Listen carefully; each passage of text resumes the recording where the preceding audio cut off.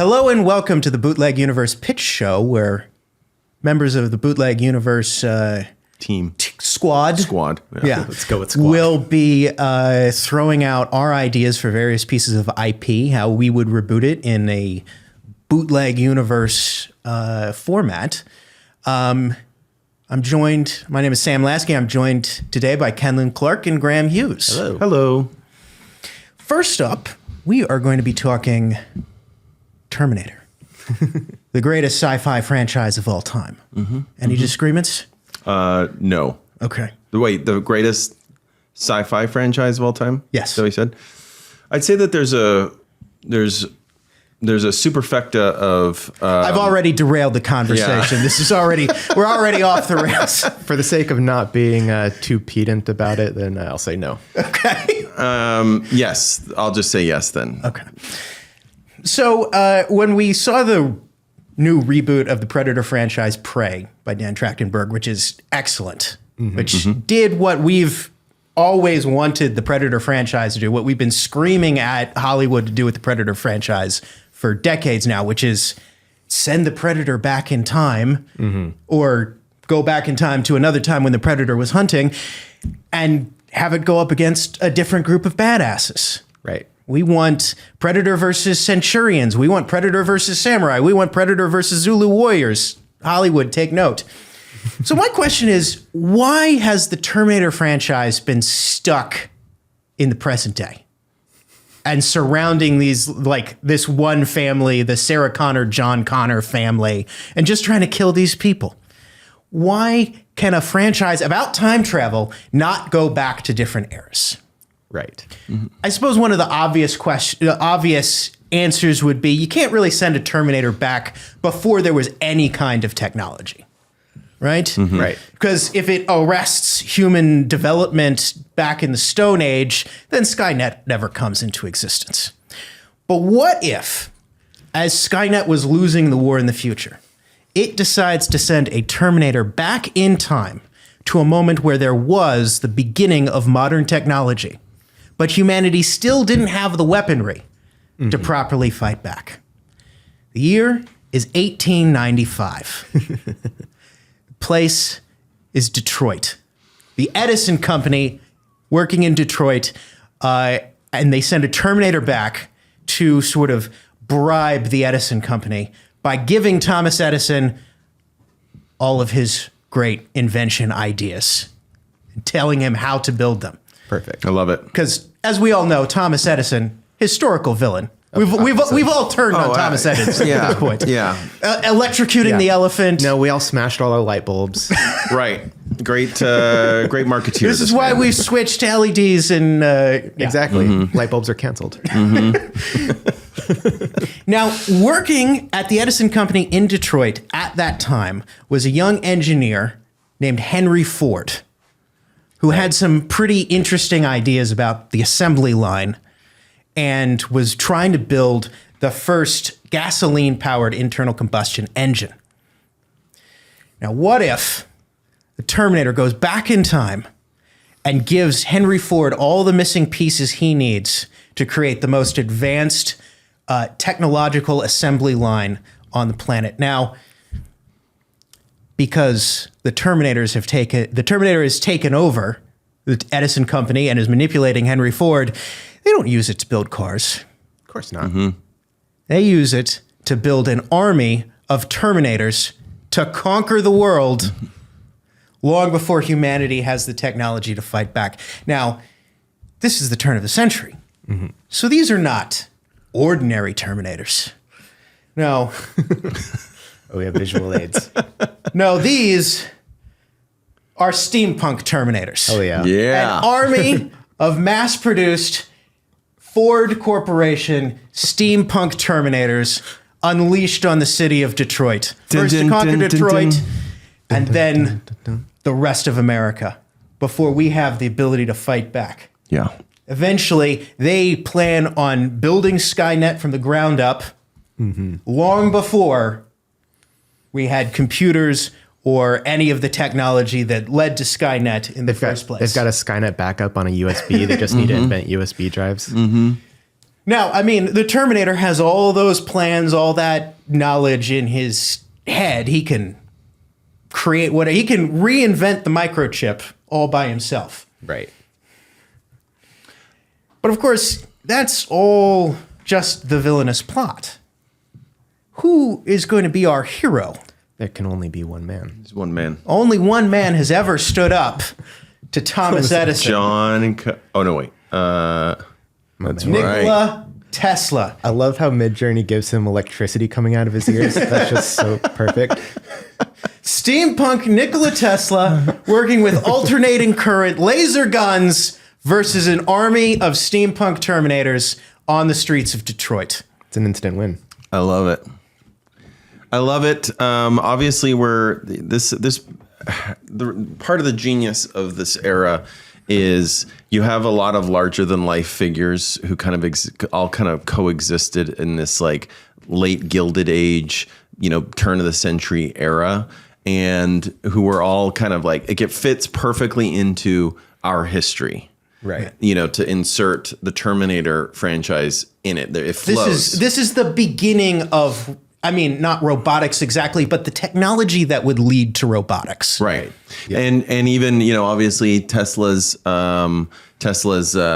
influence and his knowledge and his ideas were so far ahead of, the time that like, it just makes sense that he would be equipped to deal with technology coming from the future. Right. His ideas about wireless power transfer, of being able to just have like no plugs, no wires, just a central output of energy in the middle of a building where everything just connected to it through the air. I mean, he designed it and was working on it, and we still haven't caught up to that shit. Right. And I think like what you could do is you could actually have like some of this more advanced technology taking place in this time if you wanted to. So obviously there's like the steampunk elements, but there's his kind of like understanding of, we'll say, wireless technology and, transfer of electricity and power.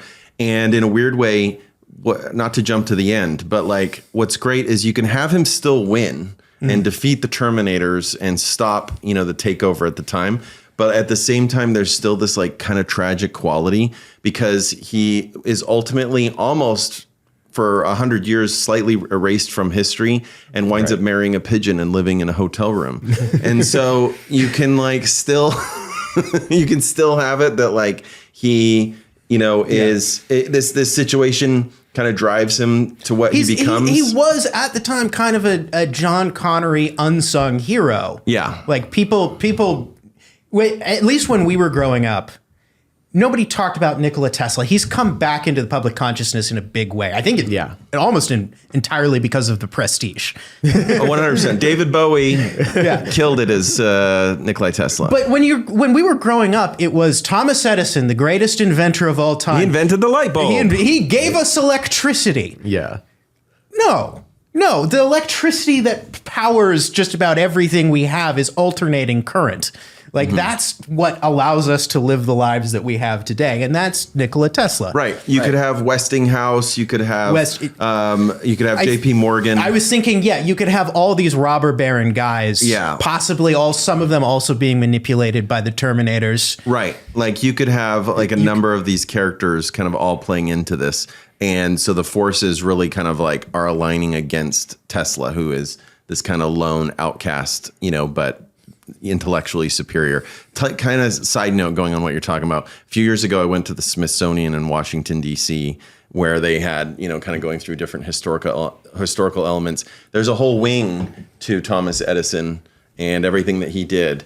And at the very, very end, as you're walking out, and I have a picture of it, there's a picture this big of Tesla that just mentions, just like a side note, like he was this guy who did this stuff, and then you walk out, and that was the only mention of him. And this was probably 2000. I think this is probably 2014 or so. So I don't know if that's changed, but yeah. So it's really interesting. Like growing up, all the history books and children's books and everything that you learned was Edison. And I would also say, like, building off of the idea of sending Terminators back before like the 1980s, there are tons of pivot points in the late 19th and 20th century where you could send Terminator. There's the space race, the Apollo landing. There's World War II. There's Oppenheimer in the development in the Manhattan Project, the development of the nuclear bomb, which is obviously crucial to like the Terminator mythology that they just nuked half of humanity, or we nuked ourselves trying to kill them. I forget what the. Well, 5 minutes after it happened, nobody remembered. So all I know is that Sarah Connor has the dream where she's hanging on the fence and gets turned into dust. That's I the think key Skynet takeaway. nukes the world, but what if Skynet goes back in time and takes control of Fat Man and Little Boy and the Manhattan Project? Right? Yeah. yeah, I mean, there's Word has it that that's what Christopher Nolan's Oppenheimer is going to be about. Terminator. Yeah. Cool. Yeah, I mean, time travel. I didn't hear it before. you could even probably go, the Roswell, landing or that aspect and kind of aliens and what if the Terminator was the crash? Yeah. So that's where you have all the Oh, and Terminator gets locked in Area 51 for like 20 years and then breaks out. There you go. Perfect. Terminator in Area 51.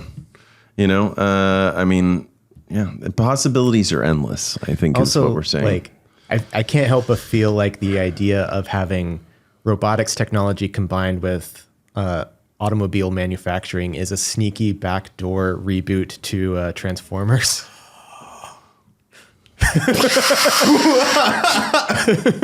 We're bootlegging Transformer Terminators. Yes.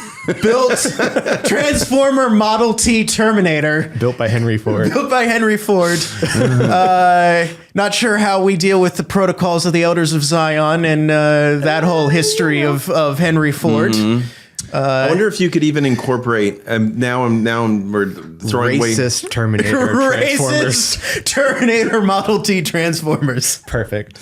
I'm even wondering, like, going back to your original thing, like if you, like, obviously, like a lot of the advent of modern technology. So could you even incorporate, the Wright brothers, flying technology, all those things that funnels into World War I. Right. Since World War I was like a completely different war than people had ever fought before with, chemical warfare and airplanes and I mean, obviously they already had artillery machine guns, but just like a very different at a different scale. Yes. Than what So they used in World War I. you could see that, and a lot of like any level of kind of formality that it existed, for centuries in terms of warfare, a lot of that was thrown out the window.